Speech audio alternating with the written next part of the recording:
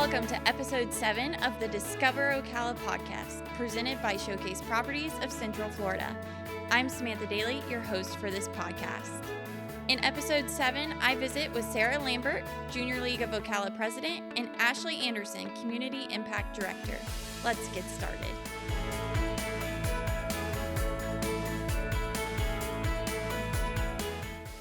Thank you guys for joining us today on the Discover Ocala podcast. Sara, I'll start with you. You are the current Junior League of Ocala president. Do you mind giving us a little bit of background of what Junior League is and kind of how our roots are here in Ocala? Yeah, absolutely. So the league originally started as the Children's Service League of Ocala, and then in the 80s, we joined AJLI, which is the Association of Junior Leagues International, which is the larger auspice that controls junior leagues. So in 1989, we joined that international foundation. Currently, we have over 100 members. We strive to connect our community on a number of levels, mostly through impact and change. We work predominantly to support women and children here in Ocala and Marion County. We've also launched a number of notable projects that sort of still continue on to this day. The Discovery Center, the Black Stallion Literacy Project, Tuscawilla's Playground and the pavilion there. A lot of these are now under different agencies who run them, but we sort of kicked them off and created them to be what they're known as today. Awesome. Very cool. And I know, since I am also a member of the league, that the past couple of years we've been working on a really exciting project. And Ashlee is our community impact director. Do you want to give us a little bit of information on that project? Yeah, absolutely. So 2 years ago, we all voted and we decided that we were going to launch a diaper bank for Marion County. For 2 reasons, really, because it serves women and children, which is our mission, and because there's diaper need within Marion County, and we wanted to address that. Very cool. How do we get the diapers out to those in our community? So we have 2 ways that we can get diapers in the hands of people that need them. We work with other nonprofits and community agencies and distribute diapers to them, and then they distribute diapers to those in need. But we are big advocates of actually getting ourselves out into the community, boots on the ground, and really passing out diapers directly to families in need. We find that when we remove the barrier of making it difficult for families to get diapers, that we're able to serve way more families than we normally would. Awesome. Very cool. And I know we just recently had one of our first events, which was at Advent Health Ocala.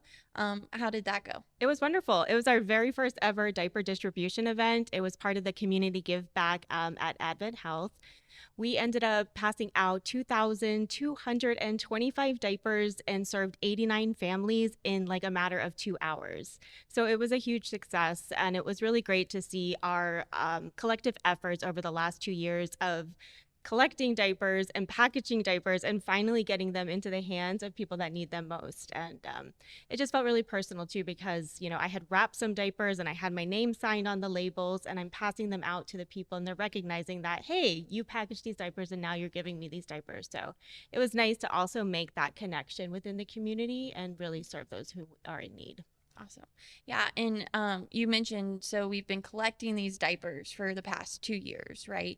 And we know diapers are not cheap. They are not. They are quite expensive. So Yes, they are. We've done a lot of different ways of gathering those diapers and raising funds for those diapers. Sara, do you want to talk about that? Of course. So naturally, we did the thing of asking members to bring diapers to membership meetings, to other league events, but we have 2 fundraisers specifically whose goal is the intention of raising funding for the diaper bank. The first being our autumn gift market, which is a holiday makers mart that we have between October and November. It's October 20th and 21st this year at the Southeastern Livestock Pavilion.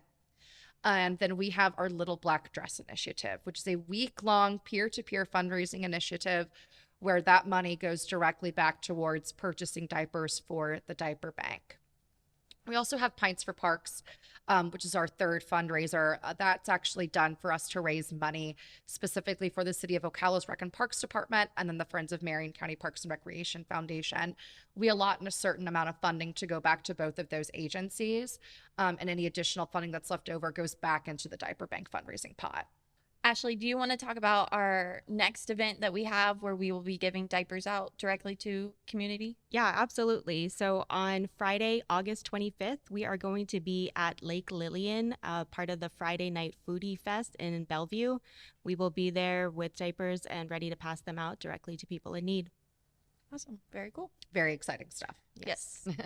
So as we're beginning to launch the diaper bank into its first real year, its first inaugural year, we've been getting a lot of questions about how more people can support. We actually have a designated diaper bank landing page on the Junior League of Ocala's website. You can donate in cash directly to the diaper bank. You can host your own diaper drive. We have a beautiful little toolkit that Ashlee made about hosting your own diaper drive. We are intending on providing a lot of our community stakeholders with the resources of supporting the diaper bank, because we're really, really hoping that we can secure enough product where we can really meet these communities where they're at, and just sort of piggyback upon what Ashlee was saying, getting out there and meeting them in public and physically handing these things out to them. We want to kind of take away this level of shame that comes with asking for help. And we want to just go ahead and tell them, hey, we're here and we've got you. So I joined the Junior League because I was recruited by a family member. I was asked to come to a recruitment event. It was a sip and shop. I swung by, met some of the girls, and I thought, what the heck? What could it hurt? And when I joined, I thought, since I was born and raised in Ocala, that I would know majority of the people in the group. And to my surprise, I didn't. It was a whole new group of people, a very well-rounded group of people, very diverse, and I was really excited about that. So how did you get involved in Junior League? I actually got involved the same way you did. We met actually the first time at that Sip and Shop event. What is that, 3 years ago now? So I was new to Ocala. I didn't really know anybody here. It's not the easiest thing to do, making friends as an adult. So I've always been big into volunteering. It's how I was raised growing up. My mom always worked for nonprofits. And so it was a natural fit for me to seek out like-minded women and join them. That's how I joined. I moved here going on about 6 years now. I'm originally from Jacksonville Beach. My husband's from Ocala. And I really wanted to try and carve out my own path in a place where he was almost well recognized.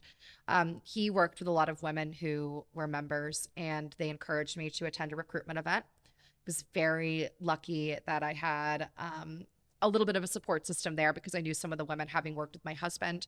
But I immediately fell in love. I originally intended on joining just so I could basically make friends as an adult. Moving to a new city at 26 years old is a little bit bizarre, but I really fell in love with the mission and the work that was happening. And I'm just so excited that I get to be the president of this organization. I truly, truly could not feel more humbled and honored to be in this position.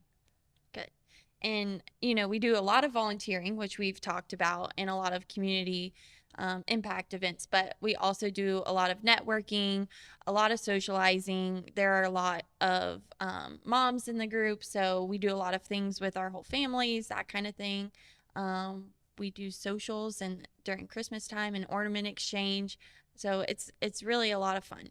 It really is. Yeah, it's an exciting mix of being able to socialize and network with women, but we also want to ensure that you get some leadership training and that we can sort of expand your civic skills and teach you how to be the best advocate for your community that you can be. But we found a really cool way to do that through fun and engaging events with this group of women. Yes, the training aspect too. That's something that I tend to forget about because we're having so much fun while we're doing it. Absolutely. Yeah, you're absolutely right. And I work as a career counselor, and I always tell people volunteering is a great way to build skills that you can actually put on your resume and gain experience to help you change careers or move up in the workplace. Oh, for sure. So actually this coming month for September, we're going to be the sponsor of the month for the Marion Theater. It's all done in part of a Women's Equality Day event that we will be hosting there. We'll be showing Legally Blonde, which is everyone's favorite. It's called Equity and L, and it's a really fun way to celebrate how women have sort of begun to break a glass ceiling, just like our good friend Elle Woods. Right. What, like it's hard? Yeah, like it's hard. And we're going to wear our pink, right? We're going to wear pink. If you bring a diaper donation, you get a free drink on the Junior League. We're going to plan a specialty cocktail. It's going to be a really fun time. Bring your girls. It's going to be on a Saturday, so you don't need to worry about waking up feeling rough the next day. And it's going to be just an absolute blast. And it's in downtown Ocala. It is at the Marion Theater, which is one of my favorites. So if you haven't been So to the Marion cute. Theater, yes, you have to go. Tickets are $10. Tickets just are $10. Very affordable. Bring a pack of diapers. Have a girls' night. That's right. I'll be there all night collecting diapers. Yes. Wearing pink. If anything we've said has enticed you to join. We run our recruitment May through August. We have a recruitment chair who will sort of guide you through that process. But we also encourage you to just sort of follow our social media, see what we're doing. Try and stay involved. We do host events where the public is able to attend. So come to those, mingle with some of the girls, and we would absolutely love to have you. Yes. Oh, the other thing too that's coming up is Give for Marion. Yep, we will be participating again in Give for Marion. This will be our second year doing it from September 19th through 20th. 20th. 33 hours. 33 hours of giving. So we will be having campaigns that day, peer-to-peer fundraising, lots of ways to get involved and to give. Yes. So that is one way that you can support the Junior League of Ocala in raising funds for diapers. As Sara mentioned earlier, we have our autumn gift market coming up at the end of October. And then on our website, there is a landing page as well that you can donate. Yeah, absolutely. If you're interested in learning more about our diaper bank or ways that you can give back, you can go to ocala.jl.org/diaper-bank. Thank you guys so much for joining us. It was so much fun chatting with you all, and I am super excited to share what the Junior League of Ocala is with the rest of Ocala. Thank you so much for having us. Yes, and we really appreciate it. I want to thank Sara and Ashlee for joining us today. We look forward to being with you once again next month, right here on Discover Ocala, presented by Showcase Properties of Central Florida. Discover Ocala is presented by Showcase Properties of Central Florida. As an independent brokerage firm for over 2 decades, Showcase Properties has helped customers throughout Central Florida achieve their real estate goals. Showcase Realtors offer expertise in a variety of property types and price points, and their services go beyond just buying and selling. Visit showcaseocala.com to connect with a dedicated local realtor and start your unique real estate journey today. We also want to thank you, the listener, for taking time to discover Ocala with us. We hope you enjoyed this month's episode, and if you did, please consider leaving us a review or rating wherever you're listening, or even telling a friend about us. If you have any questions on other organizations, individuals, or events you'd like to see covered in future episodes, you can get in touch with us directly at discoverocala@showcaseocala.com. See you next month.